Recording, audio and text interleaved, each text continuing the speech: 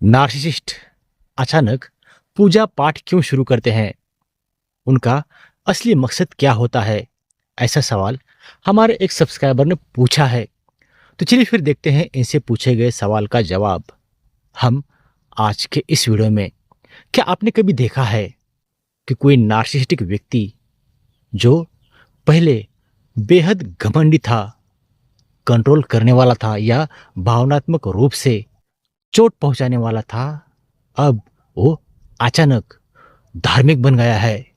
अचानक पूजा पाठ, मंदिर जाना, व्रत रखना, भक्ति की बातें करना शुरू कर दिया है। तो अब सवाल ये उठता है कि क्या ये सच में बदलाव है या इसके पीछे भी कोई उनका छुपा हुआ मकसद है? तो आज के इस वीडियो में इसी बात को हम डीपली जानेंगे। तो चलिए शुरू करते हैं। अगर आप किसी नार्सिसिस्ट के साथ रिश्ते में रह रहे हैं, फिर चाहे वो पार्टनर हो, माता पिता हो, दोस्त हो या रिश्तेदार, तो ये वीडियो आपके लिए बेहद इम्पॉर्टेंट है।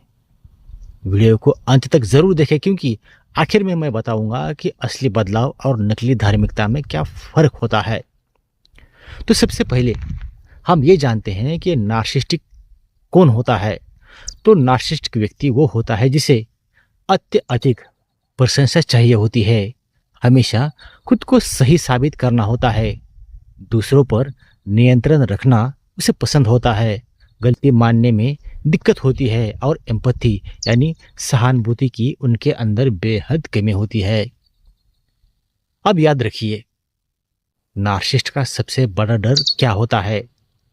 तो नार्सिसिस्ट का सबसे बड़ा डर होता है अपनी इमेज खराब होना, कंट्रोल खो देना, लोगों का उससे दूर हो जाना। इसलिए वो हमेशा अपनी छवि बचाने की हर मुमकिन कोशिश करते हैं।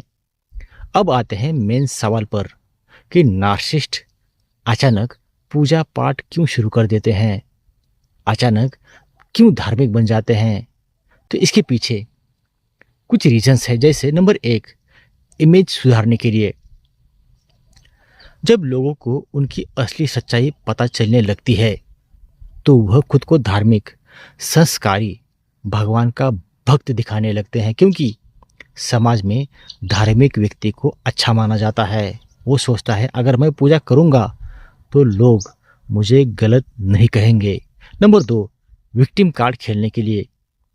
कुछ नार्सिसिस्ट कहते हैं मैं तो रोज भगवान से तुम्हारे लिए प्रार्थना करता हूँ, फिर भी तुम मुझे गलत समझते हो। यह गिल्ट पैदा करने का तरीका होता है। वो आपको अपराध बोध में डालकर फिर से आप पर कंट्रोल पाना चाहते हैं। Number 3, spiritual superiority. कुछ लोग धर्म का उपयोग भी अहंकार के लिए करते हैं।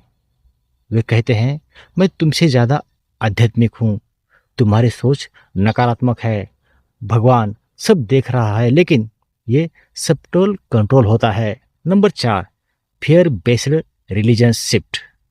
कभी कभी जब जीवन में बड़ा झटका लगता है, जैसे बीमारी, आर्थिक नुकसान, रिश्ते टूटना, तो नार्सिसिस्ट उस वक्त डर जाता है और डर से शुरू की गई भक्ति और आत्म परिवर्तन से शुरू हुई भक्ति में बहुत ज़्यादा फर्क होता है।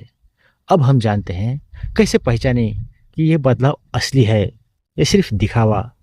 तो असली बदलाव में वह अपनी गलतियों को स्वीकार करेगा, माफ़ी मांगेगा, व्यवहार में स्थायी सुधार दिखाएगा, दूसरों को जज नहीं करेगा, पूजा निजी होगी, प्रदर्शन नहीं। और नकली धार्मिकता में सोशल मीडिया पर दिखावा, दूसरों को नीचे दिखाना, मैं बदल गया हूँ बार बार कहना, लेकिन व्यवहार वही टॉक्सिक। तो याद रखिए, भगवान का नाम लेने से कोई व्यक्ति अच्छा नहीं बनता, क्योंकि व्यवहार से असली पहचान होती है। अगर आप ऐसी स्थिति में है तो क्या करें? अगर आपका नार्सिसिस्टिक पार्टनर अचानक धार्मिक बन गया है तो उस पर तुरंत विश्वास न करें, समय दे, शब्दों नहीं उसके व्यवहार को देखे, गिल्ट ट्रिप में न फंसे, अपनी सीमाएं सेट करे, भावनात्मक दूरी बनाकर रखे, कंसिस्टेंसी न देखे। याद रखिए, आपका मेंटल पीस सबसे इम्पोर्टेंट है।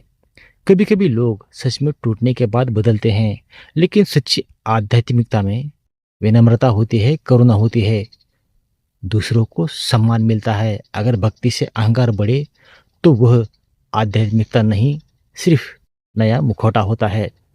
तो नार्सिसिस्ट का अचानक पूजा पाठ करना शुरू होता है तो ये हमेशा बदलाव का संकेत नहीं होता। कभी ये इमेज बचाने का तरीका, गिल्ट पैदा करने की रणनीति या नया कंट्रोल टूल हो सकता है।